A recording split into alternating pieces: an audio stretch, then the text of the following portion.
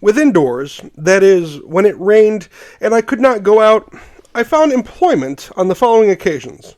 always observing that all the while I was at work, I diverted myself with talking to my parrot and teaching him to speak, and I quickly learnt him to know his own name, and at last to speak it out pretty loud.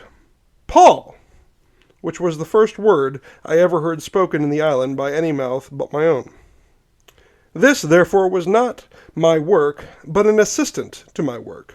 For now, as I said, I had a great employment upon my hands, as follows, namely, I had long studied by some means or other to make myself some earthen vessels, which indeed I wanted sorely, but knew not where to come at them. However, considering the heat of the climate, I did not doubt, but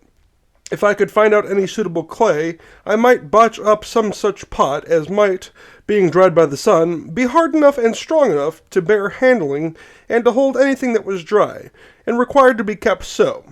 And as this was necessary in preparing corn, meal, etc., which was the same thing I was upon, I resolved to make some large as I could, and fit only to stand like jars to hold what should be put into them.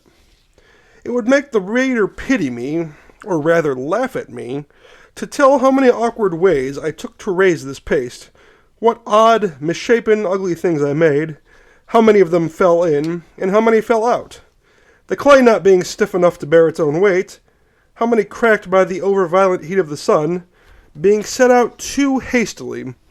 and how many fell to pieces, with only removing, as well before as they were dried, and, in a word, how after having labored hard to find the clay, to dig it, to temper it, to bring it home, and work it, I could not make above 2 large earthen ugly things, I cannot call them jars, in about 2 months' labor. However, as the sun baked these 2 very dry and hard, I lifted them up very gently up, and sent them down again in 2 great wicker baskets, which I had made on purpose for them, that they might not break, and, as between the pot and the basket there was a little room to spare, I stuffed it full of rice and barley straw, and these 2 pots being to stand always dry, I thought would hold my dry corn, and perhaps the meal when the corn was bruised. Though I miscarried so much in my design for large pots, yet I made several smaller things with better success, such as little round pots, flat dishes, pitchers, and pipkins, and anything my hand turned to it, and the heat of the sun baked them strangely hard. But all this would not answer my end, which was to get an earthen pot to hold what was liquid, and bear the fire, which none of these could do it. It happened, after some time, making a pretty large fire for cooking my meat, when I went to put it out. After I had done with it, I found a broken piece of one of my earthen vessels in the fire, burnt as hard as a stone, and red as a tile. I was agreeably surprised to see it, and said to myself that certainly they might be made to burn whole, if they would burn broken.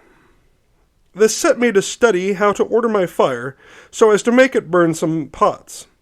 I had no notion of a kiln, such as the potters burn in,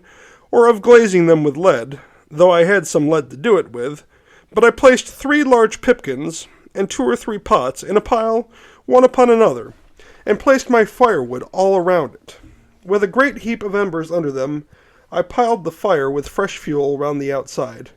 and upon the top, till I saw the pots in the inside red quite through,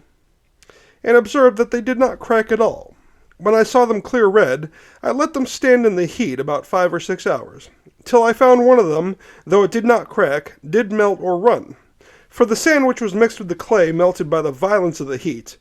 and would have run into glass, if I had gone on. So I slacked my fire gradually, till the pots began to abate the red color, and watching them all the night I might not let the fire abate too fast. In the morning I had 3 very good, I will not say handsome, pipkins,